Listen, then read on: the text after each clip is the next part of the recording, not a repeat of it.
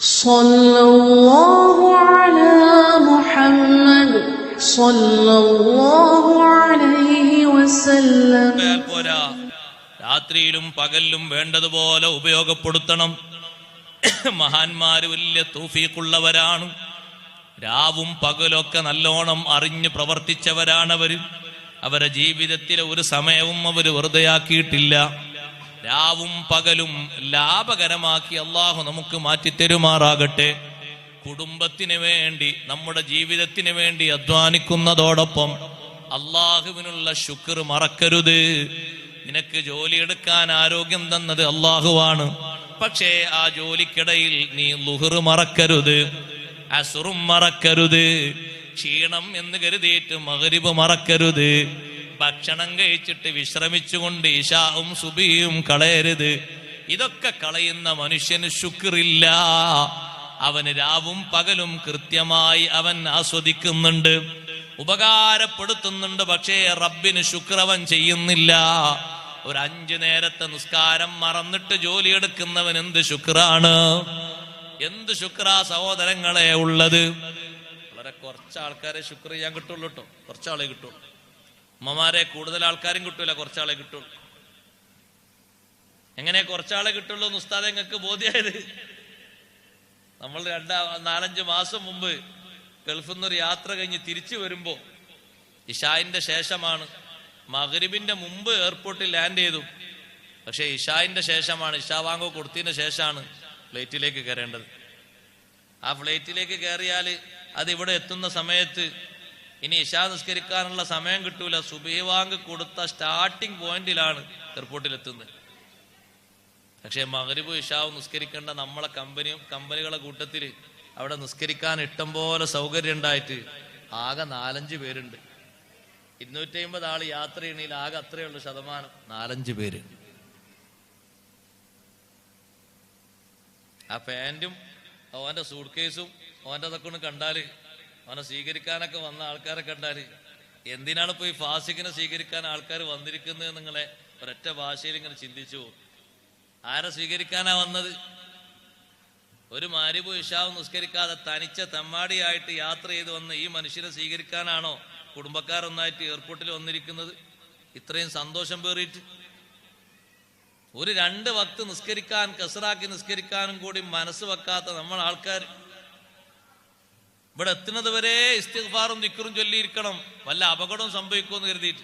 അതിന് അക്സറുള്ളത് അങ്ങനല്ലേ?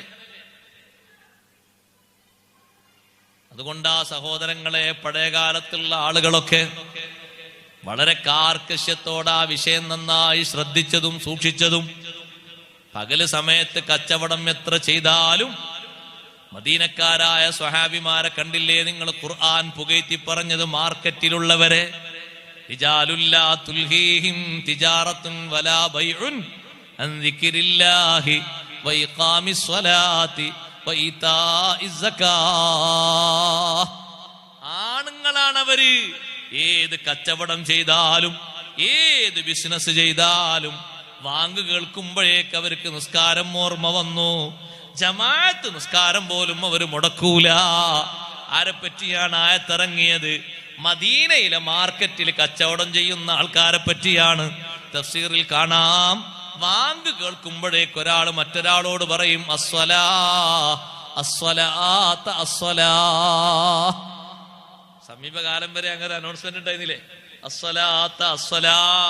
നമ്മളായിട്ടാണ് അത് നിർത്തിവെച്ചത്. കുറച്ചു കാലം മുമ്പ് മുത്തവ്വ വരുമ്പോഴേക്ക് അവന്റെ ശബ്ദം കേട്ടിട്ടെങ്കിലും കൊട്ടിയടച്ചിരുന്നു. ഇപ്പൊ അതും ഇല്ല. നിസ്കരിക്കണമെങ്കിൽ നിസ്കരിക്കാം, വേണ്ടെങ്കിൽ വേണ്ട. എന്തേ അങ്ങനെ വന്നത്? മുത്തവ്വമാരെ നമ്മളങ്ങ് ശപിച്ചു. പൊരുത്തം കെട്ടും വരുന്നുണ്ട്. ഒരു 2 ദിർഹമിന് കച്ചവടം കിട്ടുന്ന നേരത്തെ ഇപ്പൊ വന്ന് പറയും സ്വലാ സ്വലാ. കണ്ട ഓന്റെ അനൗൺസ്മെന്റ് കേട്ടപ്പോ അടക്കണല്ലോ, പഠിച്ചോലെ ജമാഅത്തിന് പോണല്ലോ. 2 ദിർഹം കിട്ടുന്ന നേരത്താണ് വരുന്നത്. അല്ലാഹു തആലാക്കുള്ള ശുക്റായിട്ടൊരു 4 റക്അത്ത് നിസ്കരിക്കാൻ മടി കാണിച്ചിട്ടാണ് വരുന്നവനെ ചീത്ത പറയുന്നത്. മദീന മാർക്കറ്റിലെ സ്വഹാബിമാര് വാങ്ക് കേൾക്കുമ്പോഴേക്ക് ഒരു കടക്കാരൻ മറ്റേ കടക്കാരനോട് അനൗൺസ്മെന്റ് ചെയ്തു അസ്വലാ അസ്വലാത്ത അസ്വലാ. അയാള് കടയടച്ചു. മറ്റേയാളും കടയടച്ചു, എല്ലാവരും കടയടച്ചു. മദീന പള്ളിയിൽ ജമാഅത്തിനെത്തി. അവരെ പറ്റി അല്ലാഹ് പറയുന്നു, യഖാഫൂന യൗമൻ തതഖല്ലബു ഫീഹിൽ ഖുലൂബു വൽ അബ്സാർ. കണ്ണും കൽബും മാറി മറിയുന്നൊരു ദിനം വരാനുണ്ട്. ആ ദിനത്തെ അവർ വല്ലാതെ പേടിച്ചു പോയി. പരലോകം അവർക്ക് പേടിയാണ്. അതുകൊണ്ടാണ് ഇഹലോകത്തെ അധ്വാനത്തിലും പരലോകത്തിന് വേണ്ടിയുള്ള സമ്പാദ്യം മറക്കാത്തത്. മുഅ്മിനീങ്ങളെ, രാവും പകലും അല്ലാഹു സംവിധാനിച്ചതിന്റെ വിഷയം പറഞ്ഞപ്പോ കൂട്ടത്തിൽ മഹാന്മാര് പറഞ്ഞു, പകലിനെ ജീവിതോപാധിയും രാത്രിയെ മറയും ഉറക്കത്തിനും വേണ്ടി മാത്രമാണെന്ന് കരുതരുത്.